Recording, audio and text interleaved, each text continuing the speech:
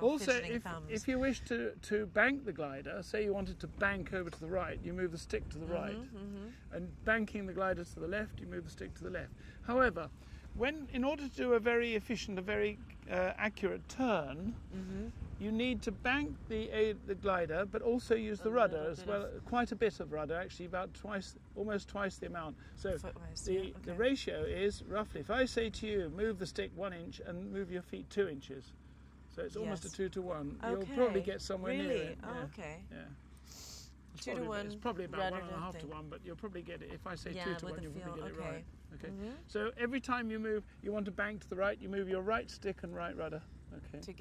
Together. And then when you bring the stick back to the middle, to the central position, you centralise the rudder at the same time. Yes. Everything has to be done together. Okay.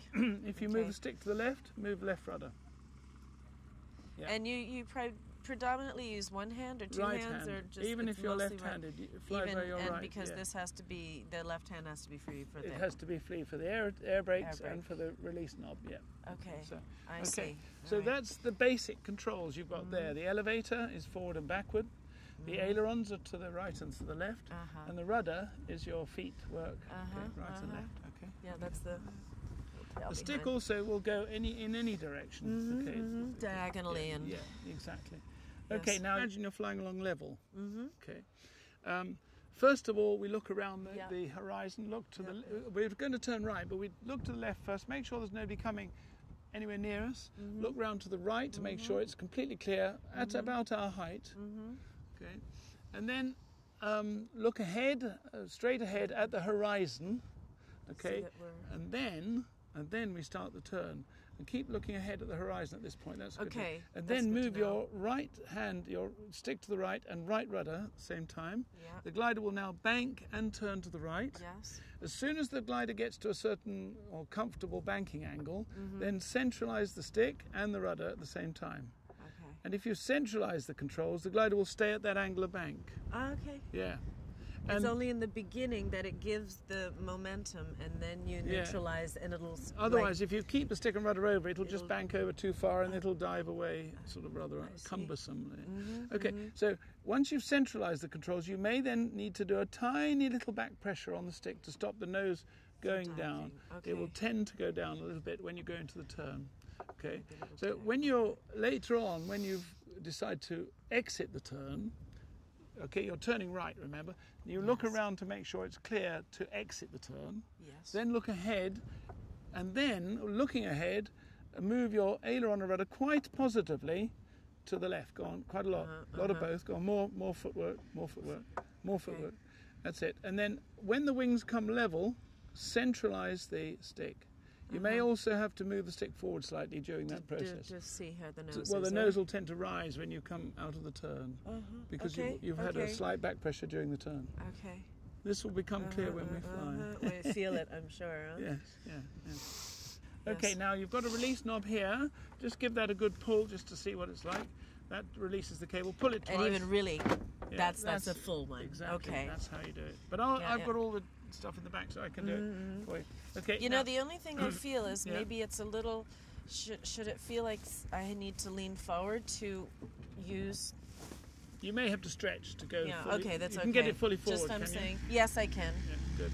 Okay. So can you get it fully back? Yeah. Back is no problem. Okay. And you can reach the release knob. Yeah, it's a little bit of a. It's a bit of a stretch. But it's just a little bit, yeah. I don't want to push you any higher up because you may hit the top of the canopy. Yeah. You can reach the air brake lever. Yeah, good, excellent. Now pull the air brake lever out. It's quite a hard pull. It is. Okay, in a one, like. Yeah, ooh, that's it. Yeah, my God, that's and now look scary, at the wings, actually. and you'll see what you're getting. Yes, it's a. We use these and for... do they do... Oh, you can do halfy and stuff. But yes, you can use any amount, but we use them for landing or for losing height quickly. Yes. Okay, but I'll be doing that anyway at this stage. Okay. Yes. Okay. But it's always a yank to open them. You have to yank it. And now then it try has a little more closing it as well. sensitivity. Quite a push. Okay. Oh, God, I have to push. start... Is that it? Push hard. Did I do it? No, I No, didn't. push hard. Wow. That's... Oh, whoa. You build up muscles. Okay. It's... Okay. Yeah, okay. Right. That's really over a... Yep. We've got also an air ventilation reduction thing here, and I should keep that. You can change it and aim it upwards, but I'd keep it aimed back at your face and keep it open. It's taped open, so we'll keep it open. Okay. This is the boom microphone, which you won't be using at this stage. There's a microphone and a transmitter there for the radio. Okay, that's speaking too. Yeah. Okay, we're happy with that. Now I'm going to just show you the instruments. Okay. Am I okay there? That's the altimeter, which tells you your height. I'll just give you a demonstration. Don't worry about the little scale there that's moving, because that's just the pressure scale. But this is reading there, for instance, that would be 200 feet. Okay. It's in the hundreds. And that's 300 and so on, and that's 400. And that fatter hand is the thousands. And the thin one, very thin one, is tens of thousands. Okay. But we won't need that We're today. going to go up No, there. we won't. Not today. I'm going to put it back to For a zero. couple days, right? Yeah. Right. There's your compass reading, heading.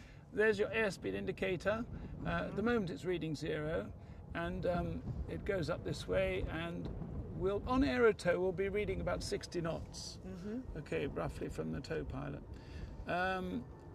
When we release, I'll probably slow the glider down to around about the 50 knot mark, which is where we'll probably cruise around at that sort of speed. 50 knots is about normal for this glider. It's quite a good performance at 50 knots. Okay. This is the artificial horizon, which we use for cloud flying. But we're not going to do any cloud flying today, so we won't bother with that. This is the radio, which I'm going to turn the main switch on now. Right, and you'll see the radio flashing away there. Now, the primary frequency is 119.9, which is there on the top. And this is the volume control, this thing here. I may get you to change the setting on that at some stage, volume control. Okay, now we've got these two. These are the two most interesting instruments because they're variometers, and they tell us the rate of climb of the glider or the rate of descent of the glider. Yeah, they're like a climb and descent indicator. This one is just a manual operated one. This is electrically driven, and this one tells you, well, they both tell you roughly the same thing. This is more sensitive, the electric one. By the way, the normal rate of descent for the glider is 2 down. 2 of those is 2 knots, which is 200 feet a minute rate of descent. Wow. Okay. But the glider is normally coming down, and what we need to find, not that we're going to get any today, but we're trying to find some lift that is going up faster than we're coming down. And if the needle reads 4 up, then we're actually going up, we're actually climbing at 400 feet a minute. Okay. Wow. All right. This is an audio one. I'll just demonstrate that. I'm hearing that. Okay. What is that? I've set it so that it'll only bleep at us if we get any lift. Oh, okay. Yeah, so we can be looking when we're out, lifting, and then out, that'll lift, and then it'll bleep. It'll bleep at us, and the stronger the lift, the higher the pitch of the beep. It go beep beep beep beep beep. You know, for a very strong lift. However, all those instruments I've just explained to you, when we're learning to fly, Laura, don't fixate on the instruments. What we need you to do is to compare the attitude of the glider, that's in pitch, up and down, to the horizon. Yes. It's everything Keep to the the nose horizon. Pitch to the horizon and angle of bank to the horizon. This is what you're going to start with. I'll be continuously referring to the horizon as you see it from the cockpit. So if I close the canopy for a minute, you'll see the horizon somewhere in this area here.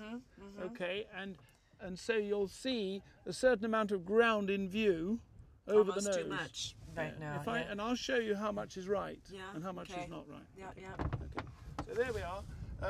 You've also got this piece of string, which is what we call a yaw string.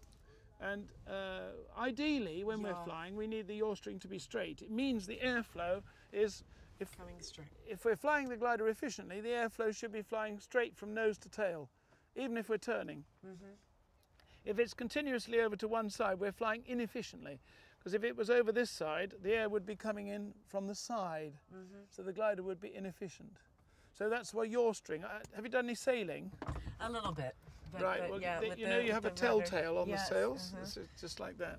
Tells you what direction the general airflow is coming from. Not to be confused with the wind direction, like the wind direction as in the windsock.